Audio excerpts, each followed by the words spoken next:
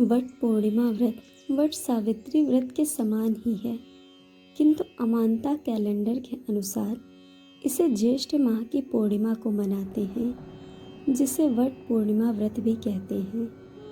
अमानता calendar का अनुसरण महाराष्ट्र, गुजरात व दक्षिण के क्षेत्रों में किया जाता है। इसीलिए यह त्यौहार इन जगहों पर ज्येष्ठ माह की पूर्णिमा को मनाया जाता है। यहाँ की सभी शादीशुदा महिलाएं इसे उत्तर भारत में मनाए जाने वाले वट सावित्री के दिन बाद मनाती हैं। हालांकि व्रत के पीछे की पौराणिक कथा दोनों कैलेंडरों में एक जैसी ही है। कहा जाता है कि इस दिन सावित्री अपने पति सत्यवान के प्राण यमराज के यहाँ से वापस ले आई थी। इसी के बाद से उन्हें साती सावित्री कहा जाने लगा। इस त्योहार का महत्व हर विवाहिता के जीवन में होता है। पति की सुख समृद्धि व लंबी आयु के लिए यह व्रत रखा जाता है। साथ ही माना जाता है कि इस व्रत से जीवन में आने वाले दुख दूर हो जाते हैं। इससे घर में बच्चों के जीवन में सुख शांति रहती है, उनका विकास होता है। वट सावित्री व वट पूर्णिमा व्रत महत्व को इस प्रकार जान सकते हैं कि वट का मतलब बरगद का पेड़। यह एक विशाल पेड़ होता है जिसमें जटाएं लटकती रहती हैं, जो सावित्री देवी का रूप मानी जाती हैं। हिंदू पुराण में बरगद के पेड़ में ब्रह्मा, विष्णु व महेश का निवास माना जाता है। इस वृक्ष के जड़ में ब्रह्मा रहते हैं, बीच में विष्णु व ऊपरी सामने भाग में शिव होते हैं। इसीलिए इस वृक्ष के नीचे बैठकर इसकी पूजा करने से सारी मनोकामनाएं पूर्ण होती हैं। वट सावित्री व वट पूर्णिमा से जुड़ी कथा के अनुसार प्राचीन काल में अश्वपति नाम का सच्चा ईमानदार राजा हुआ करता था। उसके जीवन में सभी तरह के ऐशो आराम, सुख शांति थी। बस एक ही कष्ट था, उनकी कोई संतान नहीं थी। वह एक संतान चाहते थे, जिसके लिए सब ने उन्हें देवी सावित्री की आराधना करने को कहा। वो ही उनकी मनोकामना पूरी करेंगी। संतान के चाह में वह पूरे 18 वर्ष तक कठिन तपस्या करते रहे। उनके कठिन तप को देख देवी सावित्री खुद उनके सामने आईं और उन्हें एक बेटी का वरदान दिया, जिसका नाम सावित्री रखा गया। जब यह लड़की बड़ी हुई और युवावस्था में पहुंची तो खुद अपने लिए अच्छे जीवन साथी तलाशने लगी, जिसके बाद उनको सत्यवान मिले। लेकिन सत्यवान की कुंडली के अनुसार उनका जीवन अधिक नहीं था। उनकी 1 साल में मृत्यु लिखी थी। फिर भी सावित्री की जिद पर राजा ने उनका विवाह सत्यवान से कर दिया। एक बार सावित्री अपने पति सत्यवान के साथ बरगद के पेड़ के नीचे बैठी थी। सावित्री के गोद में सर रखकर सत्यवान लेटे हुए थे। तभी उनके प्राण लेने के लिए यमलोक से राजा यमराज उनके पास आते हैं और सत्यवान के प्राण लेकर चल देते हैं। यह देखकर सावित्री भी उनके पीछे पीछे चल देती हैं। यमराज उनको लौटने को कहते हैं, लेकिन सावित्री मना कर देती हैं। उनके मना करने पर यमराज उसे इसके बदले में वरदान मांगने को कहते हैं।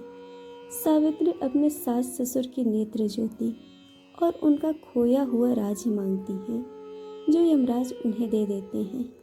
लेकिन इसके बाद भी सावित्री अपने पति का पीछा नहीं छोड़ती और वह भी उनके साथ में जाने को बोलती हैं। इस पर एक बार फिर यमराज उनको वरदान मांगने को कहते हैं। इस पर वह अपने माता पिता की सुख समृद्धि मांगती हैं। यमराज वो भी मान जाते हैं, लेकिन सावित्री फिर भी उनके पीछे पीछे उनके आवास में जाने लगती है। तब यमराज उनसे उनकी आखिरी इच्छा पूछते हैं। तब सावित्री उनसे 100 पुत्रों का वरदान मांगती हैं। यमराज ये भी मान जाते हैं, लेकिन सावित्री इस वरदान के द्वारा यमराज को कहती हैं कि आप तो मेरे पति को लिए जा रहे हैं, बिना पति के मुझे संतान कैसे मिल सकती है। इस पर यमराज कुछ नहीं बोल पाते, लेकिन सावित्री के सच्चे प्रेम को वो समझ जाते हैं। यमराज सावित्री के प्रयास को देख खुश होते हैं और सत्यवान की आत्मा उसके शरीर में वापस भेज देते हैं। इसके साथ ही दुनिया उन्हें सती सावित्री के नाम से जानने लगती है और यहाँ से वट सावित्री का त्योहार मनाया जाने लगा। आइए जानते हैं वट सावित्री व वट पूर्णिमा व्रत की पूजा विधि। इस त्योहार में स्त्रियां सावित्री देवी का पूजन करती हैं। इसके लिए निम्न विधि है। इस पूजा को करने वाली स्त्रियां सबसे पहले पूजा वाले दिन सुबह उठकर स्नान कर शुद्ध हो जाती हैं। इसके बाद नए वस्त्रों और आभूषणों को धारण करती हैं।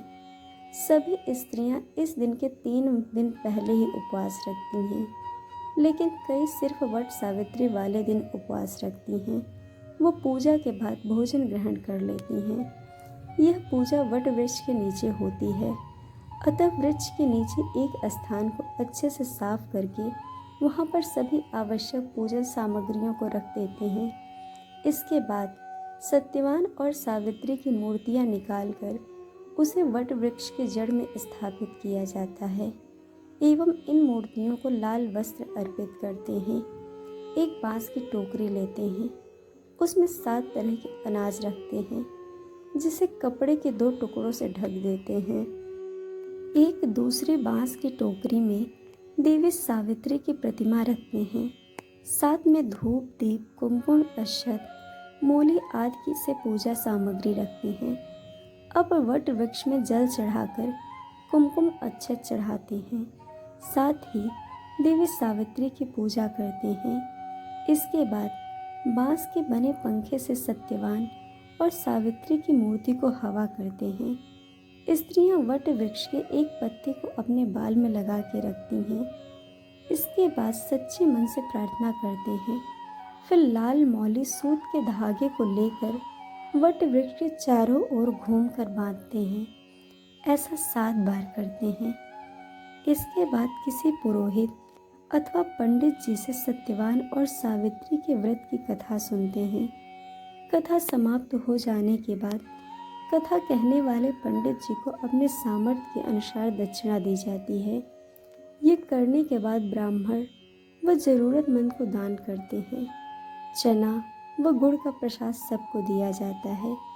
फिर घर में सभी बड़ों के पैर छूकर स्त्रियां सदा सुहागन रहने का आशीर्वाद लेती हैं। शाम के समय घर में बनी अथवा किसी दुकान से लाई गई मिठाई का सेवन कर अपना व्रत खोलती हैं। वट सावित्री व्रत व वट पूर्णिमा व्रत का महत्व एक ही है, बस इसे कुछ दिन आगे पीछे मनाया जाता है। दोस्तों, आपको कथा कैसी लगी या हमें कमेंट करके ज़रूर बताइएगा और चैनल को सब्सक्राइब, वीडियो को लाइक शेयर करना बिल्कुल मत भूलिएगा। वीडियो देखने के लिए आप सबका बहुत बहुत धन्यवाद। जल्द मिलेंगे एक और नई कहानी के साथ।